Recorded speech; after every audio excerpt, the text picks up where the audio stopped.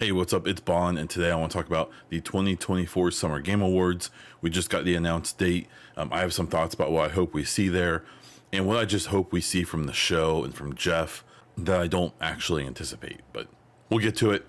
First, if you like Summer Game Fest, if you like video games, if you like news, speculation, reviews, and all of that around the gaming industry, please consider subscribing to the channel. Hit the like button if you enjoyed this video, and leave your comment down below with your own thoughts on what I talk about, or if you just want to say hello. It all helps me get noticed. And if you really want to support these videos and my podcast and all the content I do, please consider becoming a YouTube member and getting some of those perks, including getting videos like this one a day or two early. Getting into the actual video, Summer Game Fest has been announced for June 7th of 2024.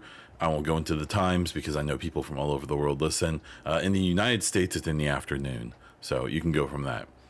I have kind of mixed feelings about this year's Summer Game Fest. In general, I feel like the Summer Game Fest has been a pretty weak show.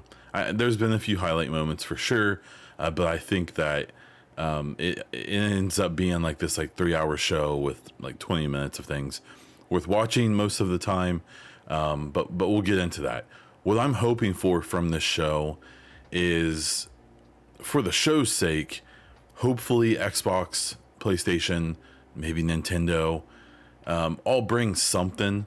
They all have tended recently to do their own showcases within a week or two of Summer Game Fest. Even some of them even throwing the Summer Game Fest label onto their own marketing, even though they have their own show. I believe Xbox has done that. But I'm hoping to get something from all of them. I think that this may be where we see the PS5 Pro. That wouldn't surprise me at all. This also could be where we see Xbox float maybe some projects that aren't imminent, that are maybe coming out in the next year. But I'm not expecting more than maybe one thing. We also could see Xbox show off hardware, especially if they're trying to head off and compete with PlayStation in that kind of attention realm. Where the PS5 Pro is what's rumored from them, which is rumored to be a slight hardware upgrade that is actually possibly going to be the first implementation of Sony's DLSS kind of tech. Xbox could show off this new haptic controller that was revealed in the leaks during the ABK trial and regulatory process. They also supposedly had a digital Xbox Series X. The most compelling thing about that is going to be price. I wouldn't be surprised if they get pretty aggressive with their pricing of the Xboxes to try to move units and kind of ride off of the allure of Game Pass, especially as the ABK games start to show up on there. Nintendo, I mean, it could be a hardware summer, right? Like maybe this is where they show off their hardware.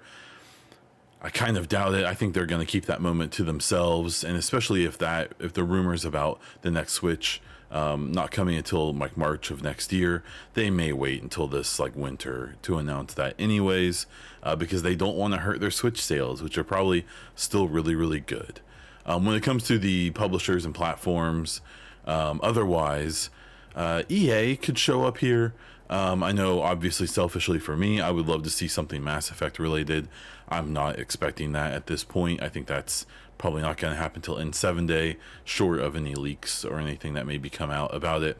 But Dragon Age Dreadwolf seems like almost a lock for me here. We know that during Dragon Age Day, back in December of 2023, they said that this summer they would be giving their full reveal of Dreadwolf, which I assume would come along with a release date. There's always the possibility that EA does like an EA Play again, which was kind of their old summer showcase they did at E3, where they kind of did their own thing under the umbrella of E3, and maybe they'll show off some of their upcoming projects that way, because we have things like Skate, this supposed Star Wars like real-time strategy game from Respawn, maybe even an announcement of the third Jedi game, the Jedi Survivor sequel.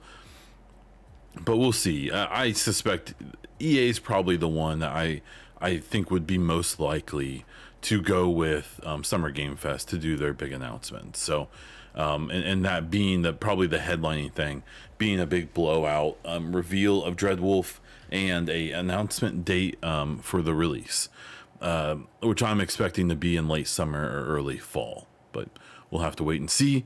When it comes to like Ubisoft and some of the other publishers, Ubisoft has really gotten into their forward and trying to keep most of their big reveals there. We could see maybe some lower tier projects or a project getting announced on Summer Game Fest, but we'll just have to wait and see. I don't know if the poll is there for that. So, there's a possibility of some good stuff at this show. My issue with Summer Game Fest, for the most part, is that it's just boring and it's way too long. It could be 90 minutes, and it often, his shows often seem like they're meant to be about an hour long, and then they have 1 to 2 hours of fluff pumped in the middle, whether it's really obvious ads. Now, let me be clear. I understand that all of these trailers and announcements, they're all ads. I understand that, but there's a difference between that like mobile or free to play game that gets shown in the middle of the show with like a 5-minute trailer. There's a difference between that and the Hellblade 2 trailer that gets shown, right? And the difference probably is how much money is being paid for those things to show up there. With Hellblade, probably none, or very little, or maybe even Jeff has to pay for, to have that kind of stuff on his show, where, this free to play game that no one's ever going to play, that is one of the 20 ads like that, that he puts in there. They're probably paying pretty handsomely to get put in front of that audience, which is substantial. There's a lot of worth to the audience that Jeff has accumulated, especially as shows like E3 have gone away. So I just really would love to see Jeff actually focus on the games. We're all hoping in this upcoming summer Game Awards this winter that maybe he'll give the winners more than like 20 seconds to talk, especially the people who win the biggest awards. I'm kind of hoping for a similar vibe from the Summer Game Fest this year. It's interesting how much people railed on E3 and the ESA, justifiably, about how corporate and stuff like that it was. And I've really seen people really hail Jeff as this like king of the gamers, and not being, like that, which is weird to me because my impression of Jeff Keighley is that he is even more corporate than the ESA and even more desperate to please his, financial backers and the corporations that he works with. And, he seems very reluctant to ever speak negatively about the industry, or to call out, bad things that are going on in the industry, and bad people in the industry, unless it's Konami treating Kojima badly. That's about the only time he's ever taken a stand on anything.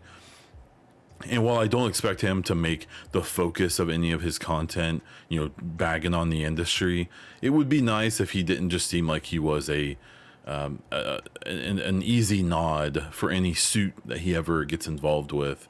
But that's, kind of my own personal thoughts. I appreciate when he has like famous people come out and, do this thing, but it really seems like sometimes he's more obsessed with rubbing elbows with famous people or giving his friends screen time rather than actually giving us some like, entertaining and fun content that isn't 3 hours of fluff. And it's just one of those things where I don't really understand why so many games journalists are so infatuated with Jeff.